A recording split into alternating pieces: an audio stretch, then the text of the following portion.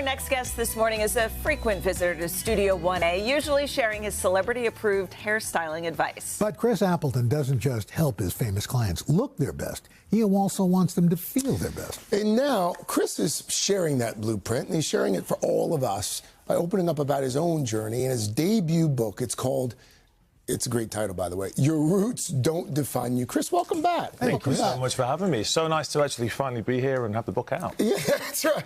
You know, it's interesting because we see you when you come here and you're bubbly and you've transformed so many people in our studio. Yeah. This is a revealing book, and I think a lot of people are going to see a side of you that they did not know existed. Yeah. And you write about being 27 years old.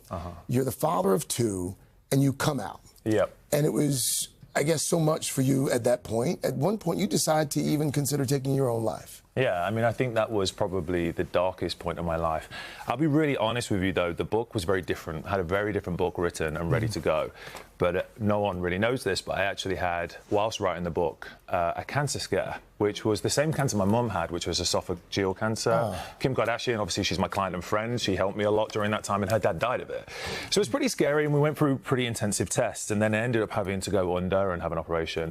And I was laying there, my daughter was with me, and I remember thinking, have I been really honest about like what I have to say, or have I had an edited version of myself? And I realized I really had an edited version of my life. So in that moment, that's when the book got scrapped, the title got scrapped, and I rewrote it. And I wrote it and called it Your Roots Don't Define You, because what I really wanted to do is own my voice before, the possibility of it getting taken away.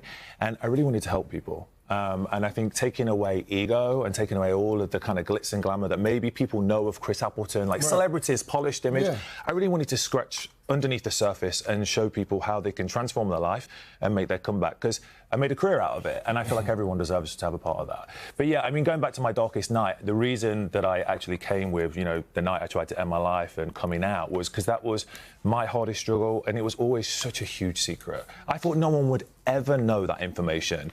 So I was like, you know what? I think I have to start with that, because I think I just have to be open, because hopefully that will encourage other people to be able to open up to themselves. And it may not be about sexuality, but, honestly, what I write about this in the book, there's so many things that affect where we come from and the beliefs we carry our whole life about sexuality. It could be a marriage, it could be a relationship, a financial decision, or just a haircut that you're unhappy with. I think anybody who's sat in the hairdresser chair knows that relationship is kind of like therapy, the client has with their hairstylist. So here, like all this time, you've I'm sure helped others through their struggles, but now it's a chance for you to be introspective. Absolutely, and help But what has that kind of therapist role you've taken on? How did it help Guys, you? there is something about when someone sits in the stylist chair, we're called a therapist, because there's something about stopping and looking in the mirror. I talk about this in the book. People very often look in the mirror 10 or 12 times a day. I probably look maybe 20. Depends what I'm doing. No, but in all seriousness, not many people stop and actually take a real look. We glance, we see that thing, staring back at us. And what I encourage people to do in the book is to actually stop and really take a hard look in the mirror. Because in doing that, truly seeing if you're aligned, like, internally with how you feel, whether it's, your internal, like, whether it's a marriage, a relationship, a friendship, or financial decision, or just the way you look, like, are you fully aligned with how you look and how you feel? Because that's what happens when you sit in the stylist chair. And what I call it the hater, the voice, where most women start to pull themselves apart, and men. And I can't tell you the amount of times people do this. Going like this, I walk over and they're like this, and is the lighting bad in here? Because I'm looking really old. And that voice is really loud, and a lot of the ideas that we carry throughout our whole lives of who we are and how we look, we're actually told by someone when we were once a kid, you're the shy one. You need bangs. Your sister's the confident one. And I realised when I spoke to people, I was like, have you thought about doing this? And they'd say, yeah, but I know I can't do that. And this book is about, yes, it's about the outside look and getting a great haircut and colour that suit you, but it's really about finding your true story and your true path, because it really affects everything in your life. And obviously celebrities, but I've worked with cancer patients, I've worked with women, in the salon, I've worked with models. Universally, it works. When you see someone, it's really powerful. Chris Appleton, my goodness. The book is called Your Roots Don't Define You.